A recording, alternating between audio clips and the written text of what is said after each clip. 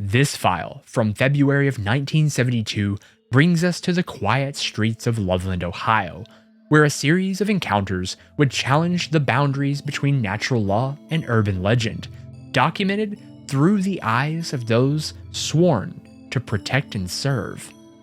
You're browsing the Cryptid Archives, narrative short stories based on real cryptid encounters, presented by Cryptids Across the Atlas. Report number 72, the Loveland Files. The case file sits in front of me now, yellow with age but still bearing the sharp creases of obsessive reading and rereading. Report number 72-147, marked Unexplained Phenomena, Riverside District. 30 years of service on the force, and these are the only files I've never been able to close properly. Never been able to file away and just forget. The winter of 72 had stretched on longer than anyone in Loveland cared to remember. February nights were the worst. Long, dark hours spent watching empty streets shimmer with frost under sodium lights. Ray Shockey and I had been working patrol together for 3 years by then. Good cop, Ray. Steady. The kind of partner you want on those endless midnight shifts when the cold creeps into your bones and the darkness plays tricks with your mind. But before I get to what happened that February night, you need to understand what we knew then. What had been crossing my desk for years, filed away as unusual wildlife sightings. Because we had no better category for them. The reports stretched back, each one adding another piece to a puzzle I never wanted to complete. The first one that caught my attention was from 55, just after I joined the force, actually. A businessman, name redacted in the official files, reported something by the bridge around 3 a.m. 3 figures, he claimed, each about 3 foot tall. But what struck me wasn't their height. It was the details. The way he described their skin, leathery, wrinkled, with a grayish-green tinge. The way they moved, like they were perfectly at home standing upright. And most notably, the way they vanished, with one of them raising what he described as a magic wand or a rod that sparked blue in the night air, waved it away, and poof. I remember the senior officers laughing it off. The guy's been hitting the bars, they said. But something about the report, it stuck with me. The precision of those details, the way the witness seemed almost reluctant to include certain elements, like he knew how crazy it was going to sound. Then there was the Indiana incident, same year. Official report from Evansville PD crossed my desk. Woman attacked while swimming in the Ohio River. Darwin Johnson was her name. The details were weird enough that I kept a copy. Apparent claw marks on her legs and a strange greenish stain that wouldn't wash off for days. The kicker? Description of her attacker matched our businessman's story, though she didn't see any magic wands. But it was the old files that really got me. Dig deep enough into the station archives and you find things. Reports from the 1900s written in careful copperplate handwriting describing unusual amphibian creatures seen along the river. Native American legends from the area speaking of the Shannahook River spirits that walked like men but weren't. French trappers' accounts of the Grenouille Marsh, or as we would call that, a walking frog, from the 1780s. All of it seemed academic, the stuff of local legend and late-night stories, until that night in February 1972. The night Ray's voice came through on the radio, tight with something I'd never heard in it before. Mark, you copy? There was a tremor there that made me sit up a little straighter. Go ahead, Ray. I need you to verify something. Can you meet me out on Riverside? Now, understand something about Ray Shockey. In all our years working together, I'd never heard uncertainty in his voice. This was a man who'd handled bar fights, domestic disputes, and highway pileups without flinching. But that night, something had shaken him. 10 minutes. I told him, already reaching for my coat. The drive out to Riverside was like any other winter night patrol. Streets empty except for the occasional semi heading toward Cincinnati, patches of ice glinting in the headlights. I found Ray's cruiser parked near the guardrail, lights off. He was standing beside it, staring into the darkness beyond the road. "Mark," he said as I approached, not taking his eyes off whatever he was watching. "Tell me what you see down there." I followed his gaze toward the river. At first, all I could see were shadows and vague shapes of trees. Then something moved. In the beam of my flashlight, about 20 feet ahead, crouched a figure that shouldn't exist. The thing was maybe 3-4 foot tall, skin like wet leather, a face that belonged in a nightmare. Not human, but not quite animal either. It had the general shape of a large frog, but the way it moved, the way it stood, spoke of something else entirely. The creature turned its head toward us, and I felt every instinct honed by years on the force screaming at me to draw my weapon. Those lights caught the light and reflected it back with an otherworldly weirdness.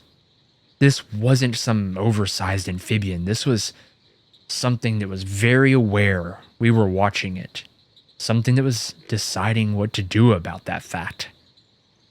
Later, when comparing notes with the 55 witness statements, the similarities were impossible to ignore. The same leathery skin, the same upright posture. But 2 weeks after Ray's encounter, I had my own.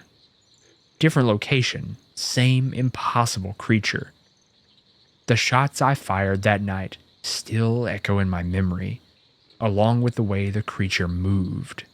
Not in fear, not in pain, but with some kind of deliberate purpose, as if it was choosing to leave rather than being driven away. The incident report I filed was deliberately vague. What else could I do?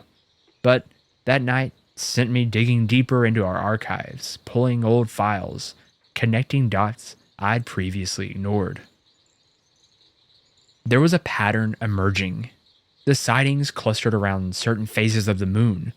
They increased during particularly wet seasons, and they always happened near water.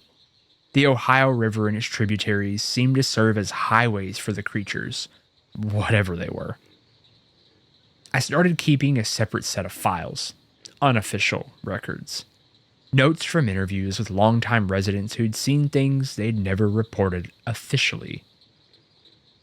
Mrs. Henderson, whose family had lived by the river since the 1800s, told me about her grandfather's encounters with what he called the river people. The way they'd appear on moonless nights, moving in groups of 3 or 4, the strange lights they sometimes carried. A retired game warden, Jim Collins, shared stories of unusual tracks found along the riverbank during his 30 years of service. "Too big for any kind of amphibian," he said, "but wrong shape for anything else." He showed me plaster casts he'd made, but never officially reported. The impressions were disturbing. Partly webbed feet with distinct toe patterns, but with a heel structure that suggested bipedal walking. Then there were the Native American accounts I dug up through the Historical Society. The Twi'dee people had stories of creatures they called the Shanahook, river guardians that were neither human nor animal, but something in between. The descriptions matched. The behaviors, well, they matched too. Even the size matched. The more I dug, the more connections I found. The 1955 sighting wasn't isolated. There were police reports from neighboring counties describing similar creatures, all within a week of our incident. The Indiana attack coincided with 3 other reports of unusual activity along the Ohio River. But it was the pattern of secrecy that stuck with me most. People who encountered these things rarely made official reports. They'd talk about it years later, in quiet conversations over coffee or maybe a late night drink. They'd share details that matched other sightings perfectly, despite having no knowledge of those other encounters. And the scientific community, well, it has its theories, of course. When word of our encounters leaked to the press, experts suggested everything from mutant bullfrogs to maybe an escaped exotic pet. But none of their explanations accounted for the historical records, the consistency of the sightings, or the obvious intelligence these creatures displayed. Ray went on to retire in '85, moving down to Florida. Before he left, he handed me a thick envelope with his personal notes from that night and everything that followed. Someone needs to keep the record straight, he said. Someone needs to remember that there are things out there we can't explain. The last page of his notes included something I'd never known. After his encounter, Ray had gone back to the site during daylight. He'd found something there. A small object, smooth and metallic, about the size of a quarter. It had strange markings on it, unlike any language he'd ever seen. But he kept this detail quiet all these years, afraid of the questions it would raise. I have that object now, locked away with the rest of my unofficial files. Sometimes late at night, I take it out and study those markings. They seem to shift in the light, suggesting patterns that disappear as soon as you try to focus on them. Now, the official files on the Loveland Frogman, as the papers started to call it, were quietly closed in 1976. Insufficient evidence to warrant further investigation, the final report stated. But we knew better. Ray knew better. I knew better. And as time has passed, the thing that stays with me all these years later isn't the creature itself. It's the realization that our world is far stranger than our official reports can ever acknowledge, that sometimes the line between legend and reality is thinner than we'd like to admit. I mean, maybe a Sasquatch encounter, the Mothman, those things, I mean, they've kind of become a bit more common, but a frogman? The world truly is a strange place. I mean, just last month, a young officer brought me a report. Strange tracks found down by the river. Witnesses describing something large moving through the water at night. Unusual lights seen along the bank. I took the report, filed it away with the others, but I also made a copy for my private files that keep growing larger. Because sometimes on cold winter nights, when the moon is hidden and the river runs black as ink, I find myself driving past that spot on Riverside. I slow down, scanning the darkness beyond the guardrail, and I remember what Ray told me before he left. You know what gets me, Mark? Not that it existed, not even that we saw it. What gets me is how comfortable it seemed, how at home it was right there on the edge of town. Makes you wonder how much else is out there, just outside our lights, watching and waiting for us to notice. The river flows on, carrying its secrets, and sometimes, when the night is especially quiet and the shadows especially deep, I think I can hear something moving in that darkness. Something that walks like a man, but, well, isn't. Something that's been here longer than our streets and buildings and official report. Something with leathery skin that's waiting to be understood. or more likely, wishing we'd just leave it alone. This short story was based on an encounter documented by local papers in Loveland, Ohio. Links to the original encounters can be found in the links below. I'd also like to note we did an in-depth coverage of this over on our main show, Cryptids Across the Atlas. If you're interested to learn more about the Loveland Frogman, I really recommend you check it out. You can also find that in the show notes. And while you're here, let me know what you think stands out about this story the most. Is it the systemic nature of these sightings across decades? Maybe it's the consistency in the descriptions from various witnesses, separated by time but connected by similar details. Could these creatures represent some unknown species that has learned to live alongside human civilization? Or is it merely tricks of the light and lack of depth perception in evening mists that shroud the truth of what these could have been? Share your thoughts in the comments below, and while you're there, don't forget to hit that follow button. If you enjoy this encounter, please consider leaving an honest review. It helps other cryptid enthusiasts find these stories of the unexplained. And remember to keep your eyes open. You never know what you might see just on the edge of the road.